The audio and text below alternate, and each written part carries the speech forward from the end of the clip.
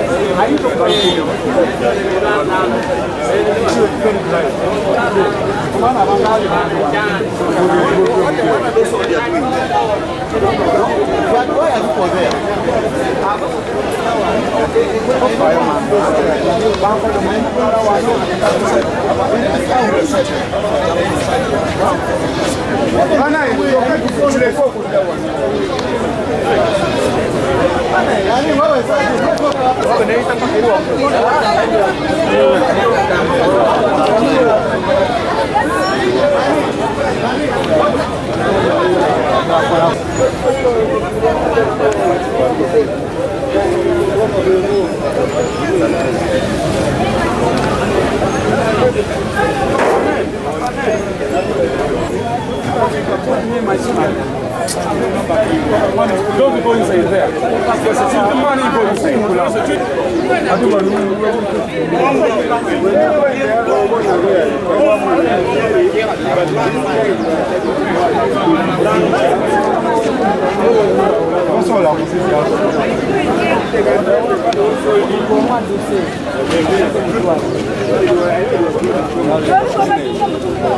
금방 만드나 보라고. 제일 외모.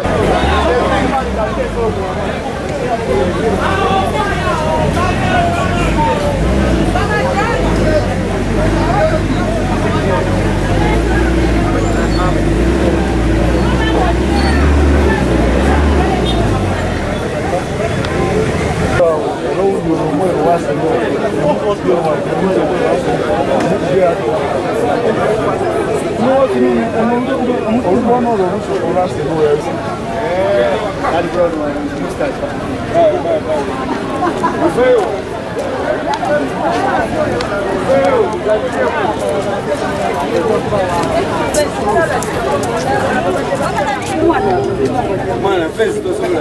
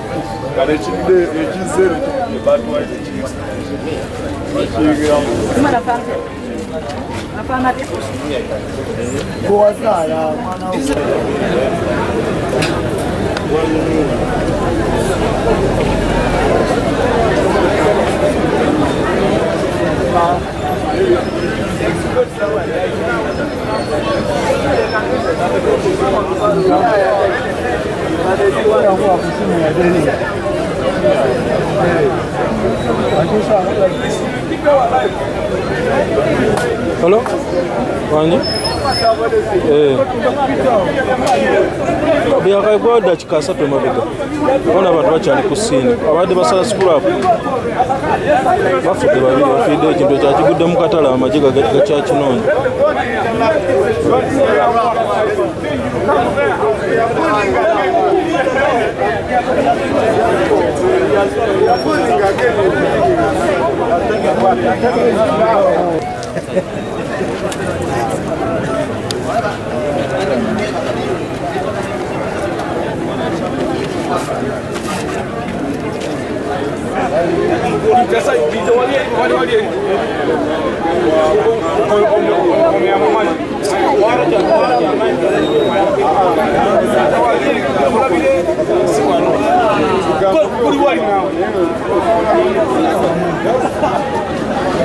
Wali box eri ngoti.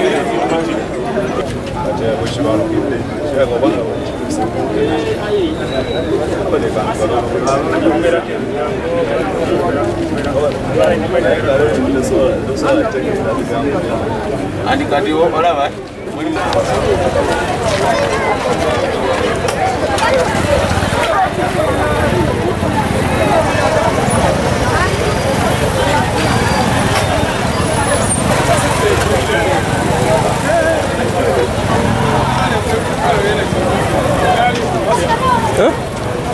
Ife tubadde ku mulimu kuva ku mulimu tulinawo mashini zibadde zivuuma kati ffe ne tuwulira bwe tuwulidde ne tulowooza oba akisidenti kuba ne rutu eri twali ku mulimu era ne tuwulira ekintu ekigwatuka kati nze ndowoozeza akisidenti ngamba boso ne mugamba kyabika akisidenti kakati olumaze kati mbadde nzijja bwe nti mu kkubo mpulira wali mbate kivugidde abantu bafudde babiri ningamba akasooka enzirukeyo ndabe amanya gange yenze ko boy Steve chairman wa Katale wano kudai nibadde sawa ndoga musanvu dakika nga 3 oba 4 nituwulire ekivuga kibyenyo fera gye tubadde buli omu neyeekanga tetubadde tulowooza tuba mupira gwa trailer gwabise akaseera ako buli omu nada kuvye feri gye tubadde mu Katale waisewe dakika nga 10 ate netulaba abantu batandika okuduka bakola batya badde ebomu eto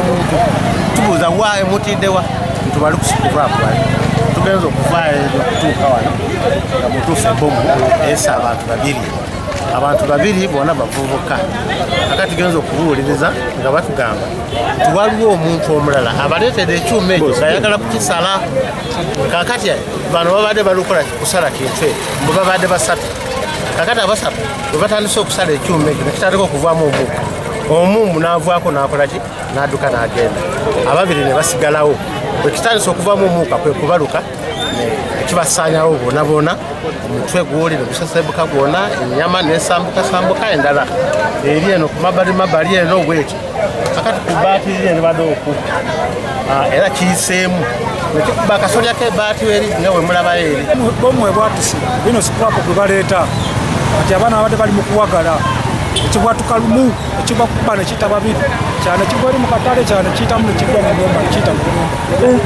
era mirambo ziri awo kibadde osanga meka sawa zino zenyini dakika nga 3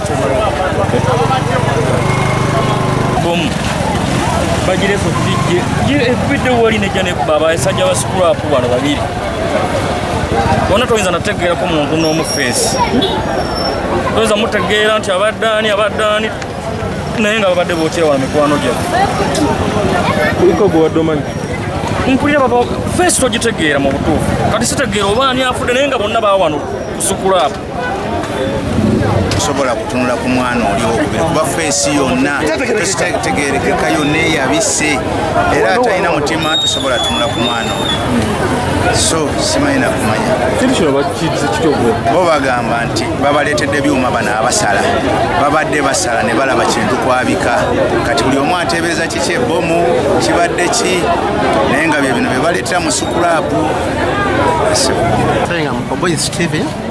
Those are my names, the chairman of Nairo Market. I was seated in my office with my neighbors around there. Then we had a sound as if a tire of a trailer had busted. That is what we thought actually. Children around us got scattered. We were also very terrified, but we normalized. And then after about 10 minutes, we saw people moving towards this end, trying to find out. They were telling us that a bomb has killed people. A bomb has killed people. I left that place and then also followed the group. When we arrived here, it was true. What is claimed to be a bomb had killed 2 boys. When we tried to find out the cause, they told us that somebody brought that metal. It looks as if it was a metal. They wanted it to cut it into pieces. 3 people got maybe that work of cutting the what? Of that metal. As they were cutting it, maybe due to the heat, it started fuming and a lot of smoke was coming out. one of the boys decided to run away. And after the other had run away, the two who remained with the machine, the thing blasted and it killed both of them. When we came there, we also saw when it blasted, some particles flew in the air and even destroyed one of the roofs of the house around there. That is what mu district ey'Ebuyikwe mu Njeru tuli mu kunoonyereza mu ngeri ekyuma ekitannaba kutegerekekako bwe kibwatuse ne kitta abantu babiri ku sport, omu ye n'akosebwa era ng'ono omu addusiddwa mu ddwaliro Njeru Medical Center okufuna obujjanjabi. Ekikangabwa kino kibaddewo ku ssaawa 7 olunaku olwaleero, naye nga kigambibwa nti ekyuma kino omu ku mugenzi ategerekese nga tumwebaze yalese ekyuma kino okulaba nga bakimenyamenyamu, okulaba nga bakisalasalamu naye nga bakijje mu scrap, okulaba nga bakisalasalamu okakana kyo nekibaluka nekikosa abantu babiri. Naye nga bulijjo twongera ogamba abantu nti naddala bano abokya ebyuma mubeere abeegendereza ennyo ku kyuma ky'oba okutte, kyuma ky'oba ogenda okwokya, ekyuma beera mwegendereza nnyo wookijje n'engeri gy'oba ogenda okikola ki okikwatamu. A metal blasted and then it killed 2 people on spot while injuring 1. The survivor who has been injured has been identified as Magogo David. Meanwhile, the deceased, one is Panda and another one is Tumwebaze Emma. It's alleged that Tumwebaze Emma is the one who brought this metal to the metal workshop to be worked on. And in the process, his other colleague, known as Yakub, he was using a grinding machine to cut this metal. So in the process, the metal had to explode, then killing 2 on spot, injuring 1. So Magogo David has been taken to Njeru Medical Center for treatment. Meanwhile, the deceased, the 2 Panda and Tumwebaze, at the scene right here, as you can see. Police, we have brought in bomb experts to really establish whether it is a bomb or not. Continue advising the people who are dealing in the metalworks to really be very careful while handling or dealing in this metalwork, so as to avoid really such instances which has just happened.